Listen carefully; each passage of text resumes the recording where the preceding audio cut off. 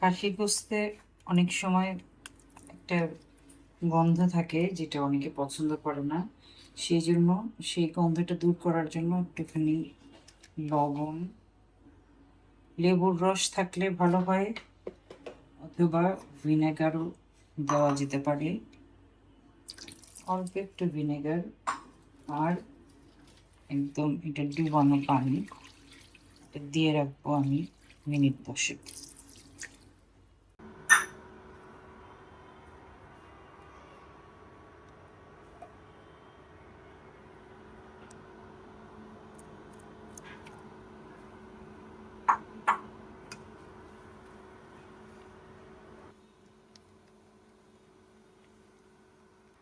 আসসালামু আলাইকুম। সবাই নিশ্চয়ই ভালো আছেন, আমি আশা করি। এবং আমি আলহামদুলিল্লাহ খুব ভালো আছি। আজকে আমি রান্না করছি খাসির রেজালা। এক একজন এক একভাবে রেজালা রান্না করে। আর আরেকটা কথা হলো যে সব সময় সবার মানে একটা চেষ্টা থাকে বিয়ে বাড়ির মতো রেজালা করার। কিন্তু আমি মনে করি যে বাসার বাড়িতে যখন বিয়ে বাড়ির রান্না কখনো বাসায় হয় না, আবার বাসার রান্নাও বিয়ে বাড়ির মতো হয় না। তো সেখানে অহেতুক শুধু শুধু বিয়ে বাড়ির মতো শাহী রেজালা এরকম বলে অনেক কিছু দেয়া যায়, কিন্তু বিয়ে বাড়ির যে মানে খাবারের যে স্বাদ, সত্যিকার অর্থে কি হয় জানেন? যে আহ, অনেক মানুষের রিজিক একসাথে যখন হয় তখন আল্লাহ সেখানে একটা রহমত দেন। অবশ্যই পরিবারের উপর রহমত থাকে, কিন্তু সেটা আমরা অল্প পরিমাণে করি, সেটা সেটা আবার আর এক রকম স্বাদ হবে। তো আমি পেঁয়াজটা আধা ভাজা হয়ে গেছে, এটা আমি একদম পুরোপুরি ভাজবো না। আমি এখানে গরম মশলা দিয়ে দিচ্ছি। এটা তেজপাতা দিচ্ছি, দারচিনি,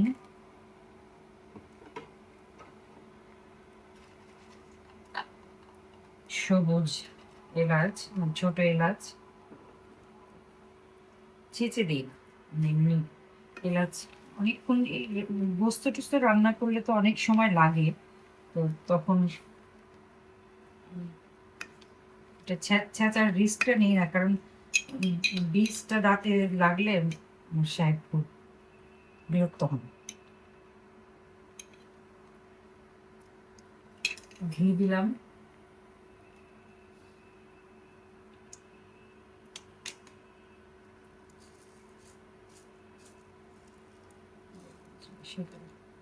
গোলমরিচ দিলাম, পরে একটুখানি লবঙ্গ দিব। এই এখন আমি মশলা কষাবো। অনেকে রেজালাতে জিরা ধনিয়া কিছুই দেন না, আমি বরঞ্চ আমি একটু দিই। এটা রসুন বাটা, রসুন বাটা যা দিব তার চেয়ে আদা বাটা একটুখানি বেশি হয়। আদা বাটা, আমি ঘিয়ের অ্যারোমাটা পাচ্ছি, আদা বাটা দিলাম।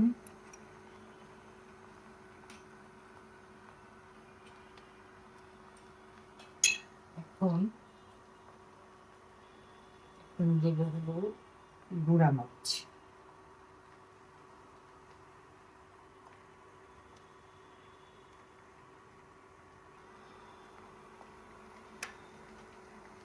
আমি গোস্তটা প্রথমে নুন আর ভিনেগার দিয়ে পানি দিয়ে পর্যাপ্ত পানি দিয়ে এটা 10-15 মিনিট ভিজিয়ে রেখেছিলাম, তারপর পরিষ্কার করে ধুয়ে নিয়েছি। অনেকে এই আদা বাটা রসুন বাটা অনেকক্ষণ ধরে কষে। আমার না মানে রান্না আমি আমি বুঝি ফাইনালি না কষালেও মজা করে।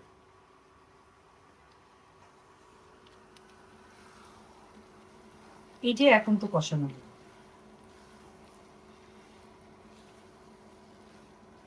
এখন এটা গোস্তের সাথে সাথে এটাও কষানো হবে, আর মশলাটাও কষানো হবে, গোস্তটাও কষানো হবে। আমি একটু কাঁচামরিচ দিয়ে নিচ্ছি। আর মনে হয় যেটা সবসময় আমার ভুল হয়, দিতে দেরি হয় বা ভুলেই যাই, সেই জিনিস হলো নুন। কিন্তু নুন ছাড়া আসলে সারিনের কোনো স্বাদ নেই।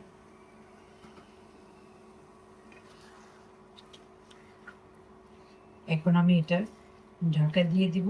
এটার গোশতের পানিটা বের হওয়া পর্যন্ত এটা এরকমই থাকবে। একটুখানি জালটা এটা সবচেয়ে বেশি আছে, আমি একটু কমিয়ে মিডিয়াম ফ্লেমে দিলাম, মিডিয়াম মাপে দিলাম।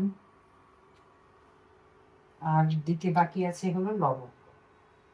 বেশি দিব না, লবঙ্গ খুব কমই ব্যবহার করি। একটু ঢাকনাটা কোথাও,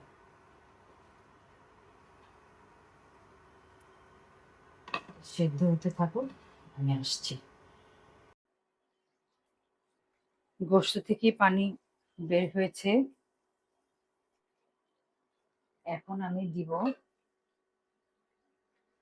আগে থেকে ফেটে নেওয়া টক দই।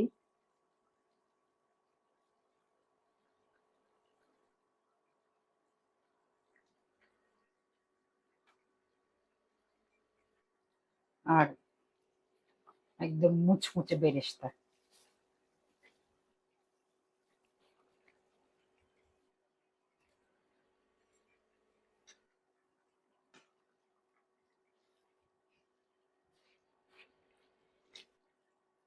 এখনো পর্যন্ত পানির দরকার পড়ে নাই। যদি পানি একান্তই দরকার পড়ে তখন অবশ্যই পানি দিতে হবে।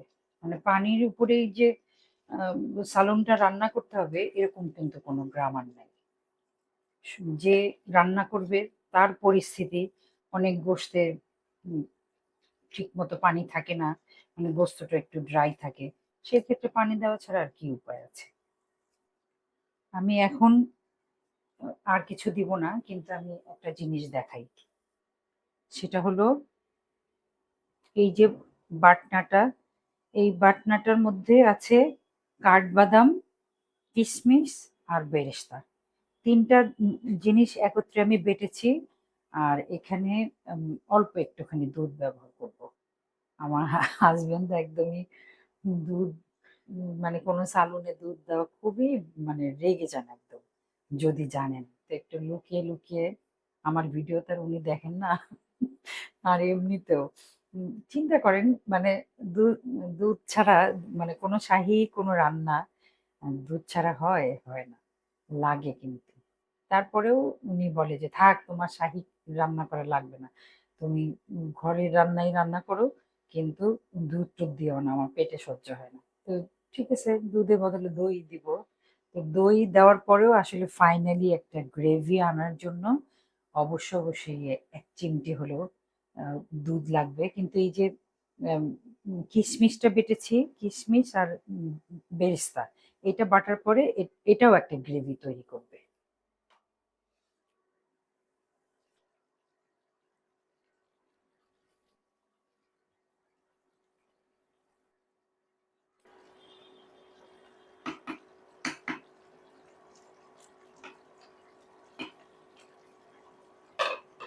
একটু কথা বলি। আমাদের দেশে আহ, আমি বিশ্বাস করি যে বাংলাদেশের ছাত্ররা সারা পৃথিবীতে খুবই ব্রিলিয়ান্ট রেজাল্ট করে। এবং আরো বেশি হয় যখন তারা একদম জন্ম থেকেই বা একদম প্রাইমারি স্কুল থেকে মানে শুরু করে বাইরে, বিদেশের মাটিতে, সেখানকার টিচাররা তাদেরকে তাদের মতো করে তৈরি করে নেয়। তো আমাদের দেশে যেটা মানে শিক্ষা ব্যবস্থা, সেটাতে মানে একটা অনেক উঁচু ক্লাস পর্যন্ত সব রকম সাবজেক্ট পড়তে হয়। সেটা একদিক থেকে ভালো, যে একটা মানুষের ভূগোল সম্পর্কে কোনো জ্ঞানই থাকবে না, পৌরনীতি সম্পর্কে কোনো জ্ঞানই থাকবে না, সে শুধু অঙ্কই জানবে, সেটাও যেমন ঠিক না। আবার যেরকম বাংলা ব্যাকরণ, ইংরেজি ব্যাকরণ, এই জিনিসগুলো বিশেষ করে মানে বাংলা ব্যাকরণ, বাংলা যারা বাংলা সাহিত্য নিয়ে যারা পড়বে তাদের জন্য বাংলা ব্যাকরণ খুবই দরকার। তো সেই ক্ষেত্রে আমার আমার মনে হয় যে একটা বেসিক একটা পড়াশোনা একটা ক্লাস পর্যন্ত পড়িয়ে, যেটা আমাদের একদম হাই স্কুল পর্যন্ত পড়ানো হয়, তার আগেই মানে স্পেশালাইজেশন যেটা, সেই জিনিসটা করা যেতে পারে।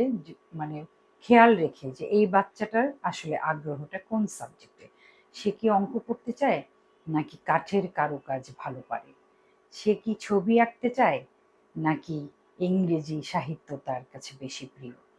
বা সে কি মাটি ছেনে কোনো কিছু করতে চায়, অথবা বাংলা সাহিত্য তার কাছে অনেক বেশি, সে বাংলায় অনেক পারদর্শী এবং বাংলায় অনেক বেশি এগিয়ে যাবে। এই জিনিসগুলো বের করার দায়িত্ব টিচারদেরই হওয়া উচিত। সম্মানীয় টিচাররা, শিক্ষকরা, তারা ছাত্রদের খুব খেয়াল করে দেখবেন। যে আমার মনে হয় যে শুধু সার্টিফিকেট একটা মানুষের জীবনে সবচেয়ে বড় ব্যাপার না। সবচেয়ে বড় এবং আনন্দের ব্যাপার হলো আমি যে জিনিসটা ভালোবাসি সেই জিনিসটাকে, সেই সাবজেক্টটাকে আমি পেশা হিসেবে যদি নিতে পারি, এর চেয়ে আনন্দের আর এই পৃথিবীতে কিছু নেই। জীবনের ক্ষেত্রে, জীবনযাপনের ক্ষেত্রে, জীবিকা উপার্জনের ক্ষেত্রেও এটা খুব দরকার। আমি গান গাইতে ভালোবাসি, কিন্তু বাবা মা আমাকে অঙ্কবিদ বানাতে চাচ্ছেন, টিচাররাও সেটা সায় দিচ্ছেন যে না, ও অঙ্ক করতে ভালোই অঙ্ক পারে, কিন্তু গানের দিকে আর কোনো খেয়ালই করা হলো না। অথবা আমি ছবি আঁকাতে অনেক বেশি ভালোবাসি, কিন্তু টিচার আমাকে বিজ্ঞান নিয়ে অনেক বেশি চাপ দিচ্ছেন। তখন হয় কি, বাচ্চাদের মন ভেঙে যায়, তারা পড়াশোনা করে না, নিজের প্রিয় বিষয় নিয়ে নাড়াচাড়া করতে পারে। তো আমি মনে করি যে আমাদের শিশুদের ভবিষ্যৎ অনেক উজ্জ্বল, কিন্তু আমাদের এই যে সিস্টেমটা, তাদেরকে লক্ষ্য করে, তাদেরকে তাদের কোন দিকে তাদের ক্যালিভার আছে, সেই জিনিসটা বের করার দায়িত্ব অভিভাবকের এবং শিক্ষকদের।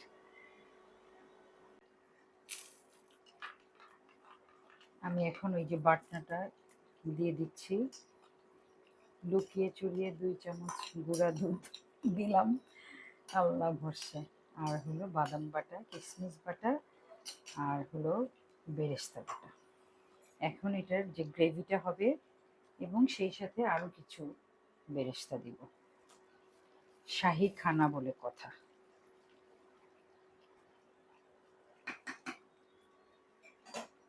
এরপরে একদম নামানোর আগে কিছু কাঁচামরিচ দেব,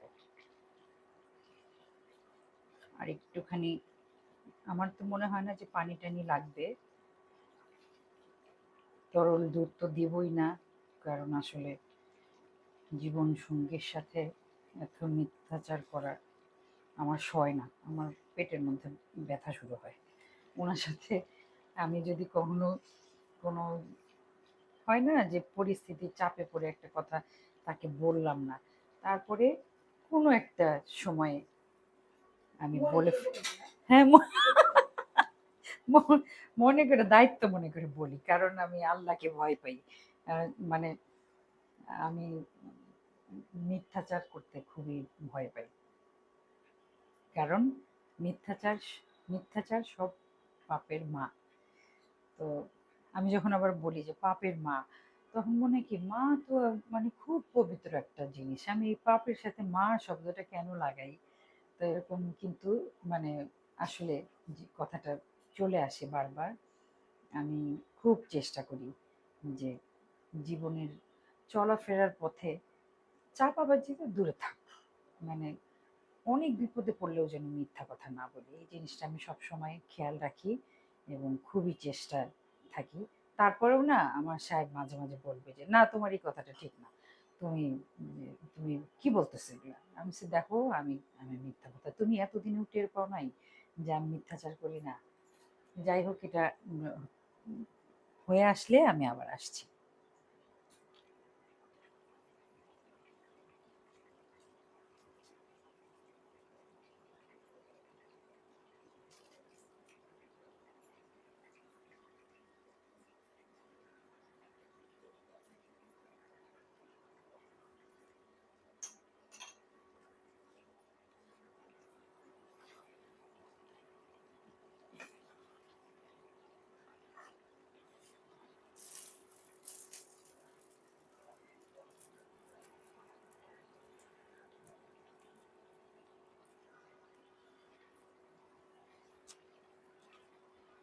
হয়ে গেল সুস্বাদু, মজাদার খাসির রেজালা। আমি ওইটা বলতে চাই না, রেস্টুরেন্টের চেয়েও অনেক বেশি। সব রেস্টুরেন্টে অনেক রকম কারিগরি থাকে ভাই, আমার এই রান্নার মধ্যে কোনো গাড়িগুড়ি নাই, সব কিছু যা আছে সব কিছু মানে সরল সোজা জিনিস, উপকরণ এবং মায়ের মমতা। আমার রেজালাটা হয়ে এসেছে। এটা এখনই বাড়বো না, কারণ পোলাও রান্না করব। ততক্ষণ পর্যন্ত মানে পোলাও যখন রান্না হবে তখন যেন এটা আবার না গরম দিতে হয়। এটা চুলার উপরই থাকবে এবং এই কাঁচামরিচটা এখন ঢেকে দিলে কাঁচামরিচের একটা সুগন্ধ বের হবে। আমি জালটা কমিয়ে দিচ্ছি। এখানে একটুখানি আলু বোখারা দেই। আলু বোখারাটা খুবই স্বাদ আনে, একটা স্বাদ নেই রোস্ট গোস্ত যতই দিই।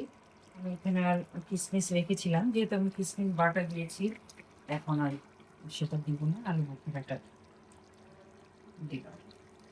আপনাদের কাছ থেকে বিদায় নিচ্ছি আজকের মতো।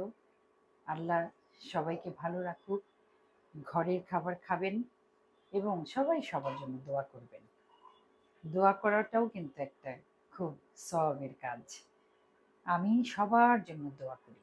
আমি যখন রাস্তা দিয়ে যাই, হয়তো না, আমি অবশ্যই চিনি না, আমি এমনি একটা মানুষের দিকে তাকিয়ে দেখি হন্তদন্ত হয়ে যাচ্ছে, তখন আমি বলি, আল্লাহ এই মানুষটার জীবনে স্বস্তি দাও, আল্লাহ তার নেক ইচ্ছাগুলো সব পূরণ করে দাও, তার হায়াত সুদীর্ঘ নেক হায়াত দাও। এরকম আমি বৃদ্ধ মানুষ লাঠি হাতে নিয়ে যাচ্ছে, আমি বলি, আল্লাহ লোকটাকে আরাম দাও, এই মানুষটাকে আরাম দাও। কোনো ভিক্ষুককে বলি যে তার যেন আর ভিক্ষা না করতে হয় সেই ব্যবস্থা করে দাও।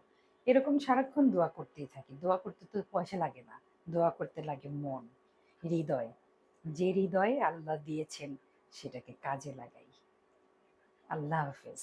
আসসালামু আলাইকুম।